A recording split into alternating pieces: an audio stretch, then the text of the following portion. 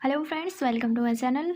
Today we are discuss about of जैव विविधता and संरक्षण बायोडाइवर्सिटी एंड कंजर्वेशन के हम क्विक रिवीजन नोट्स पढ़ने वाले हैं और यहाँ पे हम देखेंगे कि विभिन्न प्रकार की जो जैव विविधता है वो क्या है और उसके अंदर जो वैश्विक भारतीय जैव विविधता, भारत की जैविक विविधता और उनके महत्वों के बारे में, जैव संरक्षण के बारे में, रेड डाटा बुक के बारे में, इन सभी के बारे में हम पढ़ेंगे।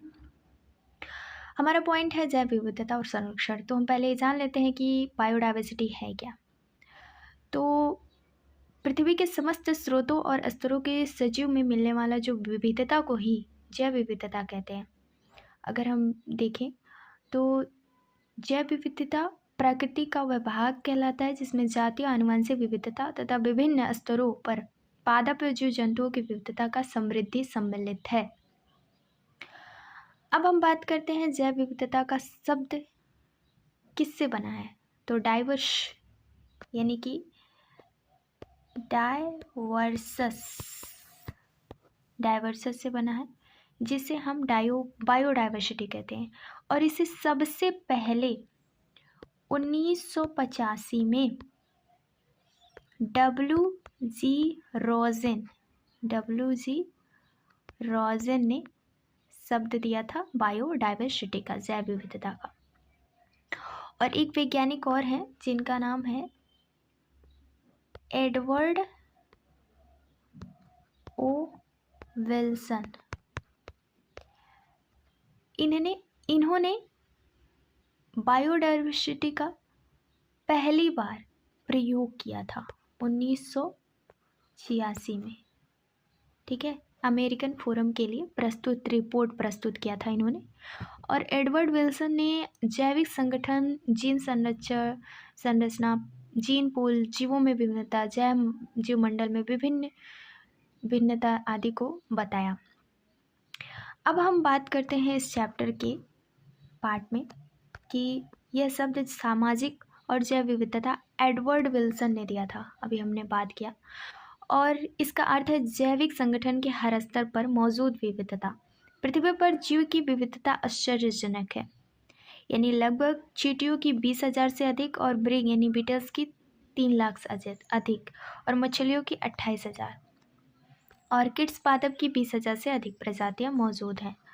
और वहीं हम विविधता के 3 महत्वपूर्ण स्तर की बात करें तो पहला हमारा जेनेटिक डाइवर्सिटी। इसके अंतर्गत जब किसी भी यानी कि जेनेटिक के अंतर्गत आता है कि जब किसी भी प्रजाति में उपस्थिति विविधता और विभिन्नता आनुवंशिक कारणों में उत्पन्न होती है तब वो आनुवंशिक विविधता कहलाती है ना। जब एक ही जाति में आनुवंशिक स्तर और विभिन्नता दिखाई देती है तो आनुवंशिक विविधता कहलाती है। जैसे उदाहरण के लिए अगर हम देखें तो एक होता है सर्पगंधा राउवोल्फिया वर्मिटोरिया, एक हिमालयी औषधि पादप है। और ये हिमालयी औषधि पादप है जिसकी अनेक किस्में हिमालय पर पाई जाती हैं। इनकी सभी अलग अलग प्रजातियों में विभिन्न विभिन्न सांद्रता वाले रेसरपिन नामक रासायनिक और एल्कोलाइड निर्माण होता है। इसी प्रकार हमारे भारतवर्ष में धान की लगभग 50,000 तथा आम की 10,000 विभिन्न जातियाँ पाई जाती हैं। इन सभी को हम कहते हैं जेनेटिक डाइवर्सिटी। जातीय स्पीसीज यानी कि जैव विविधता दूसरा हमारा है जातीय स्पीसीज। जब विविधता जाति और प्रजाति के स्तर पर हो तो उसे जातीय विविधता कहते हैं। जैसे वेस्टर्न में उदाहरण अगर हम देखें तो पश्चिमी घाटों में की तुलना में उभयचर एम्फीबियंस की संख्या पूर्वी घाटों पर कम पाई जाती है। जैव विविधता का वितरण धरातल पर बहुत असमान, इसी कारण इन्हें कई प्रजाति अधिक से तो कहीं कम उपस्थिति होती है। नेक्स्ट हमारा है पारिस्थितिकी विविधता। पारिस्थितिक विविधता क्या होती है? Ecological diversity. किसी देश में पारिस्थितिक स्तर पर पाई जाने वाली विविधता या विभिन्न पारिस्थितिक विविधता कहा जाता है, क्योंकि जो इसमें प्राकृतिक आवास समुदाय सम्मिलित है। जैसे मैदान हो गया, भारत का रेगिस्तान, वर्षा, मैग्रोवा, प्रवाल आदि। भित्ति की नरवे जैसे देश में कहीं ज़्यादा है, लेकिन इसे 3 भागों में बांटा भी गया है। एक होता है अल्फा, एक होता है अल्फा विविधता। अल्फा विविधता के अंतर्गत क्या आता है, तो एक ही समुदाय या आवास में पाए जाने वाले विभिन्न जीवों में उपस्थित विविधता को अल्फा विविधता की श्रेणी में रखा जाता है, अर्थात किसी क्षेत्र विशेष में उपस्थित प्रजातियों की कुल संख्या को अल्फा विविधता यानी अल्फा डाइवर्सिटी कहते हैं। और बीटा दूसरा है बीटा डाइवर्सिटी। बीटा डाइवर्सिटी के अंतर्गत किसी क्षेत्र में विशेष पाई जाने वाली प्रजातियों का संरचनात्मक विविधता को बीटा विविधता कहा जाता है। यह अलग अलग प्रकार के समुदाय या अलग अलग आवासों पर पाए जाने वाली विविधता को दर्शाती है। थर्ड है हमारा गामा डाइवर्सिटी। गामा डाइवर्सिटी इसमें किसी क्षेत्र विशेष पर उपस्थित विविध प्रजातियों के अंतर संबंधों को निरूपित किया जाता है और यह भौगोलिक कार्य पर निर्भर करता है। अब हम बात करते हैं पृथ्वी पर पाई जाने वाली कुल जातियों के बारे में। तो IUCN 2004 IUCN 2004 के अनुसार कुल मिलाकर यानी कि इसके अनुसार जब वर्णित जंतु और पादपों की संख्या बात करते हैं तो 15 लाख यानी 1.5 मिलियन से कुछ अधिक है, लेकिन कई जातियों की खोज अभी बाकी है, खासकर उष्णकटिबंधीय क्षेत्र में। रॉबर्ट मे का एक अधिक वैज्ञानिक अनुमान है कि वैश्विक जातियां लगभग 70 लाख या 7 मिलियन है। भारत में कुल विश्व के केवल 2.4% भूमि क्षेत्र है, लेकिन वैश्विक जातीय विविधता का हिस्सा 8.1% है। भारत दुनिया की 12 महाविविध यानी मेगा डाइवर्सिटी देशों में से एक है। अगर हम वैश्विक जैव विविधता का प्रतिनिधित्व की बात करें तो वर्टिब्रेट जो है वर्टिब्रेट सबसे अधिक कीट पाए जाते हैं, यानी सबसे अधिक हमारे आर्थ्रोपोड्स के प्रजाति पाए जाते हैं। ठीक, उसके बाद मोलस्का आता है, फिर क्रेस्टेशियन और फिर अन्य प्राणियों का समूह आता है। और वर्टिब्रेट की बात करें तो इसमें सबसे अधिक आपका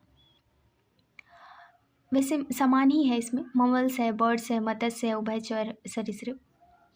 और फिर पादप की बात करें तो सबसे अधिक इसमें क्या है, तो इसमें आपका एंजियोस्पर्म है, फिर उसके बाद फंगी है, फिर शैवाल, मॉश और फर्न आता है।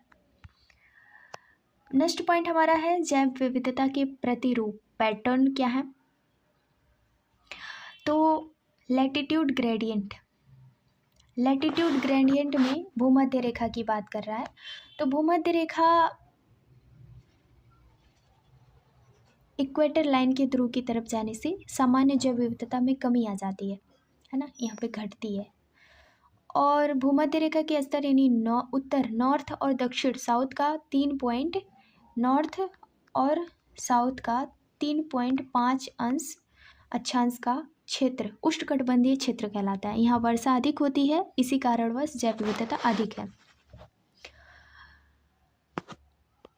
ना।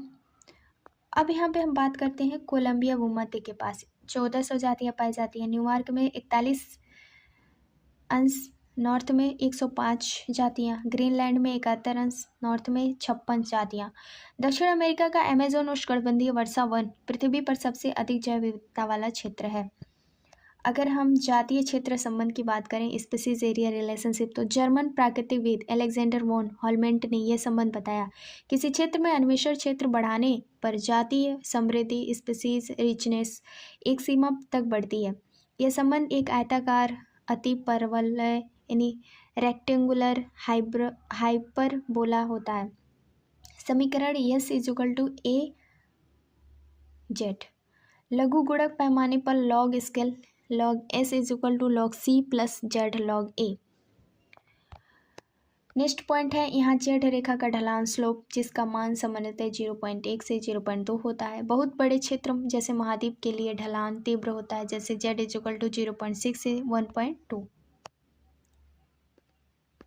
नेक्स्ट पॉइंट जैव विविधता की क्षति यानी लॉस ऑफ बायोडाइवर्सिटी। मानव क्रियाकलापों के कारण जैव संपदा का तेजी से क्षय हो रहा है। वर्तमान विलोपन को छठा विलोपन यानी 6th एक्जिस्टेंस कहा जाता है। और IUCN लाल सूची 2004 के अनुसार पिछले 5 वर्षों में 784 जातियां विलुप्त हुई। हालांकि जो विलुप्त जातियां हैं उसमें डोडो, क्वेगा, थाइलोसिन, स्टिलेर, समुद्री गाय। आज विलोपन की दर मानव के आने से पहले तुलना में 100 से अधिक 1000 गुना तीव्र है। विश्व की 15,500 से अधिक जातियाँ विलुप्त के कगार पर हैं। अगर वहीं हम क्षति की मुख्य कारण की बात करें तो इसमें हमारा आता है आवासीय क्षति तथा विघटन, यानी हैबिटेट लॉस, फ्रेगमेंटेशन, सबसे मुख्य कारण यही है। और इसमें अतिदोहन, ओवर एक्सप्लोटेशंस होते हैं, विदेशी जाति का आक्रमण और सह विलुप्तता यानी को एग्जिस्टेंस।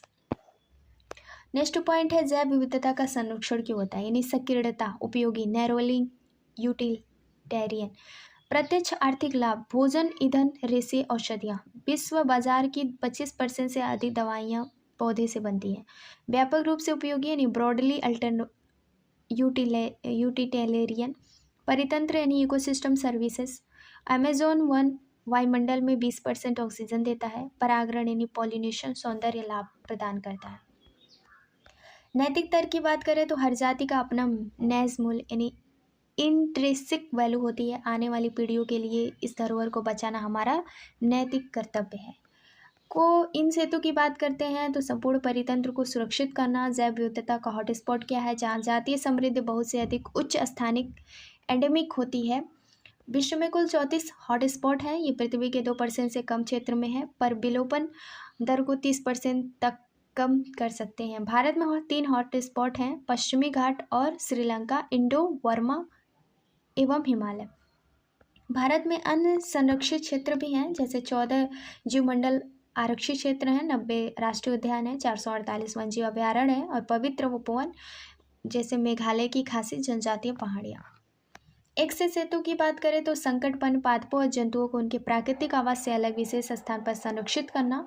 उदाहरण के लिए zoological park, botanical garden, wild life safari इत्यादि।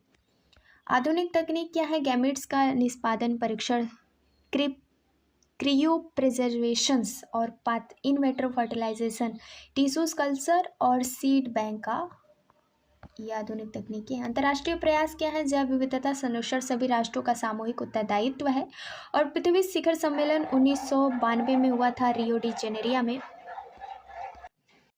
उसके बाद इसमें जैव जो हमारा जो इम्पोर्टेंट पॉइंट्स है याद रहना चाहिए। 1992 में रियो डी जेनेरिया में 1992 में पृथ्वी शिखर सम्मेलन हुआ था। सभी राष्ट्रों में जैव विविधता संरक्षण के लिए उचित उपाय करने का आह्वान किया गया था। विश्व शिखर वर्ल्ड समिट सस्टेनेबल डेवलपमेंट की बात कर रहा है तो जोहान्सबर्ग दक्षिण अफ्रीका 2002 में हुआ था। 190 देशों में 2010 तक जैव विविधता की क्षति दर में कमी लाने की शपथ ली गई थी। तो इसमें date and place are very important MCQ. So thank you very much, give me feedback, and then this is the last chapter in class 12th. All the best to your exam. Thank you very much. Thank you.